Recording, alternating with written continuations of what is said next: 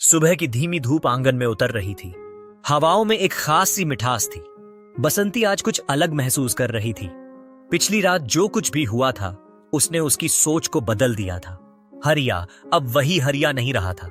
वो अब बसंती के लिए एक ऐसा हल बन गया था जो उसकी आत्मा तक को जोत चुका था।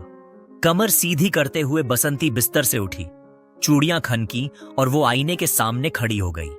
अपनी आंखों में एक नई चमक पाकर वो मुस्कुरा दी। तभी मालकिन की आवाज आई, बसंती जरा ऊपर आना जरा। बसंती दौड़ती हुई ऊपर पहुंची।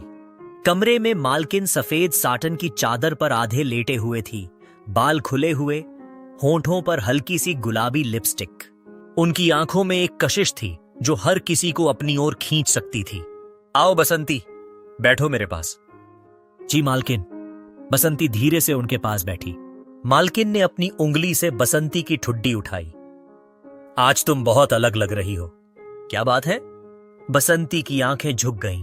मालकिन, जो सुख आपने पाया है अब वही सुख हम भी महसूस करना चाहते हैं। मालकिन मुस्कुराईं। उनकी उंगलियां धीरे धीरे बसंती की हथेलियों पर चलने लगीं। तुम्हारी हथेलियां बहुत मेहनती हैं बसंती, पर इसमें एक कमी है, स्नेह की, प्यार की। वो आज भर देंगे हम। बसंती का बदन कांप गया, उसकी सांसें तेज हो गईं। मालकिन ने अपनी बाहें उसके चारों ओर लपेट ली। बसंती की छाती से लगी मालकिन की गर्म सांसों ने उसके तन में एक नई ऊर्जा भर दी। मालकिन ने फुसफुसाया, हरिया की मेहनत तो तुमने देखी, अब ठाकुर की बंजर जमीन को हरियाली हमने दी। अब वक्त है एक और खेत को सींचने का। बसंती कांपती आवाज में बोली, मालकिन आप। मालकिन ने उसकी बात को होठों से रोक दिया। उनके होंठ बसंती के होठों पर टिक गए। एक गर्म, भीगा हुआ, बेहद धीमा और गहरा चुंबन, जैसे दो आत्माएं एक हो रही थीं। कमरे में सन्नाटा था, सिर्फ सांसों की आहट और दिलों की धड़कन थी। धीरे धीरे चूड़ियां खुलने लगीं, साड़ी का पल्लू सरकता गया। चादर की सिलवटें गवाह बनती गईं उन पलों की, जहां एक औरत ने दूसरी औरत को सिर्फ समझा ही नहीं बल्कि संजोया, सींचा, सहलाया। मालकिन की आवाज मध्यम थी, तुम्हारे इस बदन पर जो हरिया ने हल चलाया, अब मैं उसे सहलाना चाहती हूं, उसे महसूस करना चाहती हूं, जन नेंदा से ही हूं। बसंती की सांसें तेज हो चुकी थीं। मालकिन, आप जिस तरह से छूती हैं वैसा कभी किसी ने नहीं छुआ। मालकिन ने अपनी उंगलियां बसंती की कमर पर फेरते हुए कहा, क्योंकि मैं हल नहीं चलाती बसंती, मैं जमीन को समझती हूं, उसकी जरूरत को महसूस करती हूं। ओह। उनका बदन एक दूसरे से लिपटा, सांसें एक लय में, स्पर्शों की गर्माहट में वो दोनों भीगती गईं। फिर अचानक दरवाजा खटका। हरिया था। मालकिन ने दरवाजा खुलवाया। हरिया थोड़ा घबराया। मालकिन, आपने बुलाया था?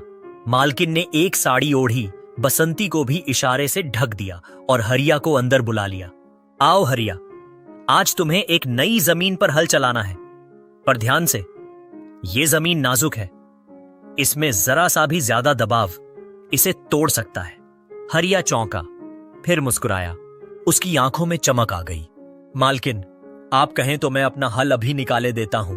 मालकिन पास आई, उसकी कमर से लिपट गई। धीरे, पहले जमीन को पानी दो, फिर बीज बोना। हरिया ने दोनों हाथों से मालकिन की कमर को जकड़ा और धीरे धीरे उस पर अपने होठों से सिंचाई करने लगा। दोस्तों, यह तो मेरी चैनल को आप लोगों ने सब्सक्राइब नहीं किया है तो सब्सक्राइब जरूर करें ताकि इसी तरह की कहानी आपको मिलती रहे। चलते हैं कहानी की ओर। बसंती को यह देख हल्का सा जलन हुआ, लेकिन अगले ही पल मालकिन ने उसे बुलाया। आओ बसंती, इस खेत को अब 3 तरफ से जोतते हैं। वो तीनों अब एक ही चादर के नीचे थे। एक जमीन, 2 जोड़ी हाथ, 3 दिल और 4 होंठ। हर एक स्पर्श में जादू था। हर एक चुंबन में वासना नहीं बल्कि एक संपूर्णता थी। शरीर अब सिर्फ शरीर नहीं थे, आत्माएं मिल रही थीं। मालकिन ने अपने शरीर को पूरी तरह खोल दिया और हरिया की छाती पर लेटते हुए कहा, अब इस खेत को यूं जोतो कि हर बार हरियाली रहे। हरिया ने उसकी बातों का मान रखा। रात भर वह खेत सूखने नहीं दिया। बसंती एक कोने में बैठी देख रही थी। फिर वो भी धीरे से उनके पास आई। अब मुझे भी सिंचाई चाहिए, वरना मेरी जमीन फिर से बंजर हो जाएगी। हरिया मुस्कुराया। अब की बार हल में दो ताकतें हैं, तुम दोनों को हरा भरा कर देंगे।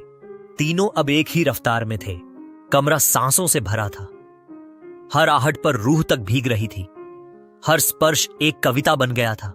मालकिन ने कहा, अब यह खेत सिर्फ ठाकुर का नहीं, अब इसमें बसंती और हरिया की भी बराबर की हिस्सेदारी है। रात बीती, सुबह की धूप आई। तीनों एक दूसरे के आगोश में थे। सुबह बसंती बोली, मालकिन, अब खेत में जो हरियाली आई है वो कभी नहीं जाएगी। मालकिन हंसते हुए बोली, अब इस खेत की रखवाली हम तीनों करेंगे। हरिया, अब बंजर जमीन नहीं रहेगी जब तक हमारा हल चलेगा।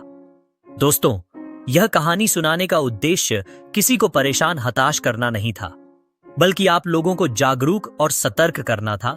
इन्हीं शब्दों के साथ अपनी वाणी को देंगे विराम। नमस्कार, धन्यवाद, मिलते हैं।